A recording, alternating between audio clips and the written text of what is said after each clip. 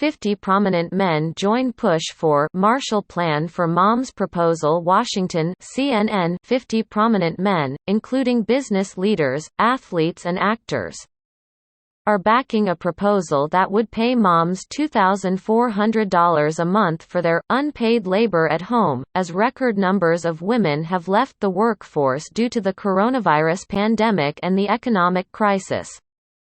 In an open letter published as a full-page ad in The Washington Post, the group of men, some of whom are fathers, call on Congress to pass the Marshall Plan for Moms that will get women back to work.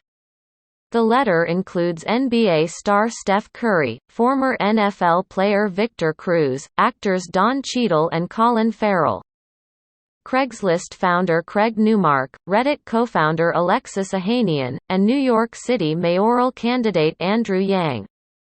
When more than 30 years of progress for women in the workforce can be erased in 9 months, the underlying system is broken. It's time to create a new structure that works for women, that respects and values their labor, the letter reads. Men have a role to play. As partners and fathers, we need to start doing our share at home. Studies show we are failing.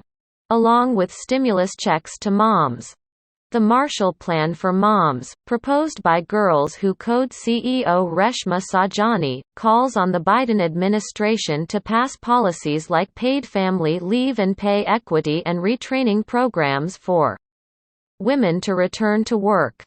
The proposal also calls for plans to safely reopen schools 5 days a week and a task force to implement the Marshall Plan for Moms. Last month, 50 women signed a letter in The New York Times in support of the Marshall Plan for Moms, including actresses Alyssa Milano, Julianne Moore, Eva Longoria and activist Tarana Burke. The COVID pandemic has continued to exacerbate inequalities in America's economy, including a large gender gap. Industries that employ a lot of women, such as hospitality, education and retail, are faring worse during the pandemic and have seen steep job losses. Women also are more likely to take on care responsibilities in the home. In January, women were down 5.4 million jobs from February 2020, before the COVID-19 pandemic began, as compared to 4.4 million job losses for men. The U.S. economy lost 140,000 jobs in December, all of them were held by women. Women ended 2020 holding 860,000 fewer jobs than their male peers. When men and women had started the year on roughly equal footing, with women holding about 50.03% of jobs. Saujani told CNN last month that it could take decades to get women back to making up over 50% of the labor market participation if there's no comprehensive plan to get women back to work. No woman made a choice to stay home and take of our children in this crisis, that choice was made for us, Saujani said in an interview with CNN's Poppy Harlow. We are not America's social safety net. And as many of us have been essentially replacing paid labor for unpaid labor, and nobody asked us. They have put a zero value on our labor. And it's time to put a value on it.